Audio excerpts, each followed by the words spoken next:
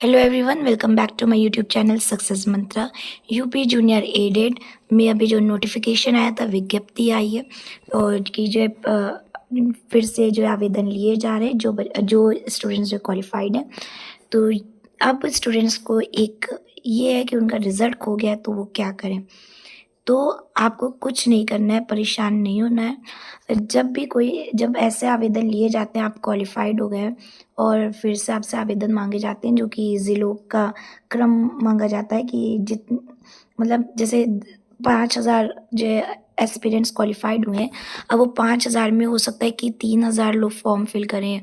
Next step का हो सकता है कि 5,000 के 5,000 भर दें।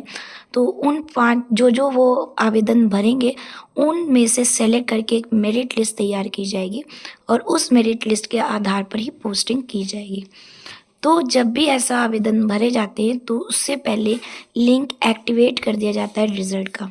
चाहे वो आप 69,000 का देखें, जब 69,000 का फॉर्म आवेदन लिए गए थे 2 साल बाद, तब भी जो है लिंक खोला गया था और उस लिंक से एस्पिरेंट्स अभ्यर्थियों ने रिज़ल्ट अपना डाउनलोड कर लिया था दोबारा।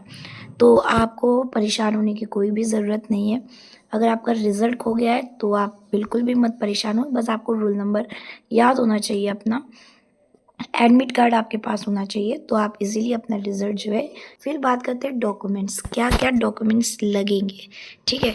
तो डॉक्यूमेंट्स में जो फर्स्ट चीज़ है वो आपके तो 10th 12th जो भी आपने बीएससी या बीए करा हुआ है या बीकॉम का रखा है, जो भी आपकी ग्रेजुएशन की डिग्री है, वो तीनों लगेंगे, ठीक है।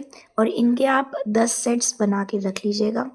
आप कहेंगे 10 कहाँ लगेंगे, 2 फाइल्स ज़रूरत होती है, 2 फाइल्स से ज़्यादा नहीं लगेंगी।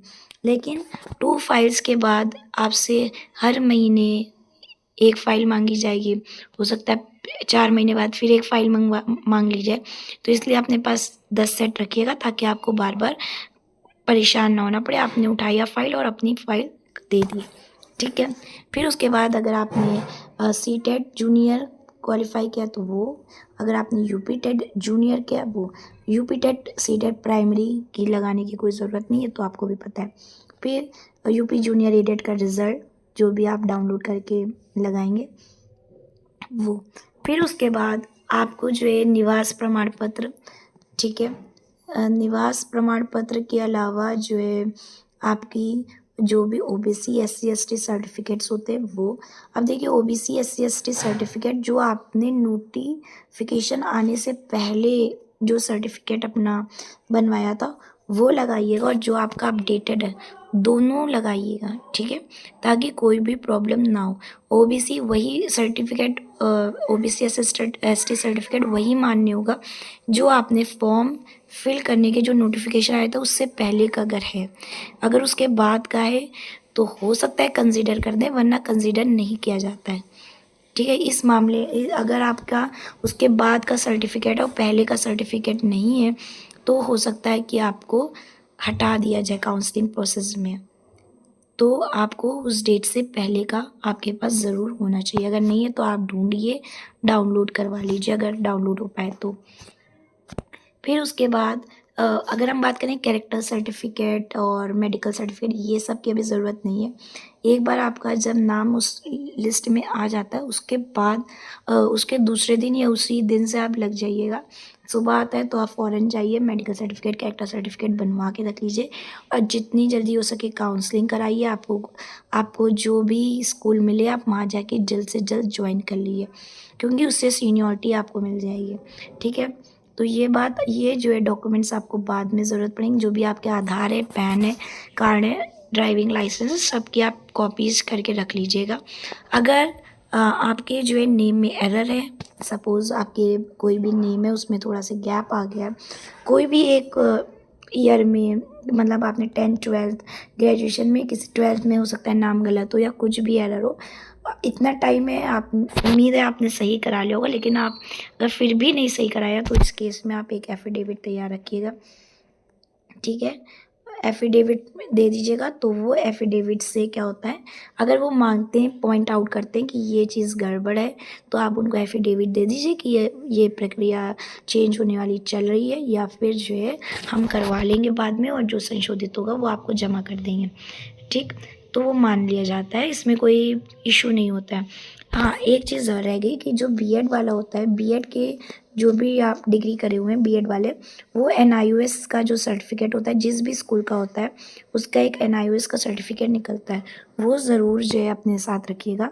क्योंकि अगर आपका एनआईओएस से अटैच नहीं होगा स्कूल, जो भी आपने कॉलेज से करा है, तो वहाँ पे आपका जो है जो सिलेक्शन का प्रोसेस होता है उसमें आपका नाम कुछ लोग उसको कंसिडर नहीं करते हैं, तो वो हटा दिए जाते हैं। मतलब काउंसलिंग में आपको प्रॉब्लम हो सकती है।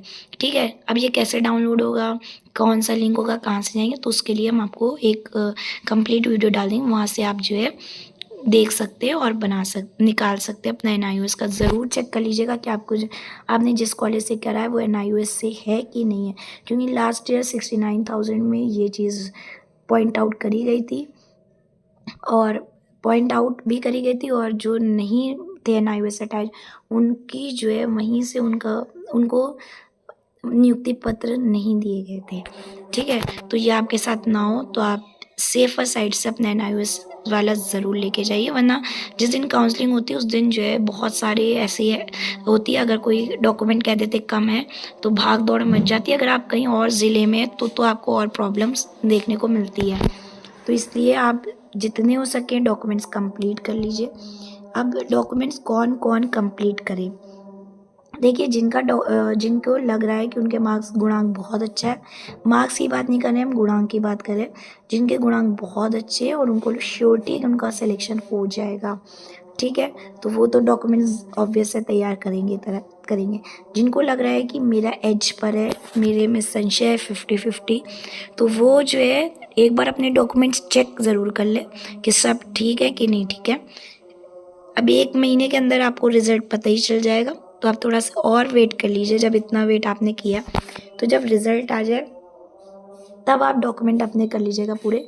बहुत ज़्यादा टाइम नहीं लगता है, अगर आप 1-2 घंटे में आपके डॉक्यूमेंट्स तैयार हो जाएंगे, तो ये बहुत बड़ा एक इशू या बहुत बड़ी चीज़ नहीं है, पर थोड़ा वेट करिए, क्योंकि अगर आप डॉक्यूमेंट्स तैयार करके बैठे और आपका उसमें नाम नहीं आता है तो बहुत बुरा लगता है, बहुत हर्ट होता है। तो इसलिए इस चीज़ से बचने के लिए अभी वेट कर लीजिए, जहाँ इतना वेट करा। ठीक है, बात करें कि क्या कट ऑफ रहेगा, ये बहुत सारे लोगों के माइंड में क्वेश्चन है कि क्या कट ऑफ होने वाला है और क्या मेरा सिलेक्शन होगा कि नहीं होगा। तो इतना वेट करा, थोड़ा और वेट कर लीजिए। लेकिन अगर आप चाहते हैं कि आपको कट ऑफ का एक अनुमान बताया जाए, तो एक जो है हमने पोल डाल दिया, तो उस पोल में आप बढ़ चढ़ के हिस्सा लीजिए, ताकि जो है एक अनुमानित जो कट ऑफ है वो बताया जा सके, और ताकि आप अपना आगे के जो प्रोसेस के लिए वो रेडी हो सके। ठीक है, आई होप आपको वीडियो पसंद आई होगी। अगर आपका कोई क्वेश्चन है इससे रिलेटेड तो आप कमेंट सेक्शन में ज़रूर कमेंट करके बता सकते हैं। अगर आपको वीडियो पसंद आ रही है तो वीडियो को ज़्यादा से ज़्यादा लाइक करिए, शेयर करिए, और जो है चैनल को ज़रूर सब्सक्राइब करिए, ताकि चैनल से आपको ऐसे ही अपडेट मिलती रहे। और ऑल द बेस्ट, ताकि आपका नाम उस लिस्ट में ज़रूर हो। Thank you for watching.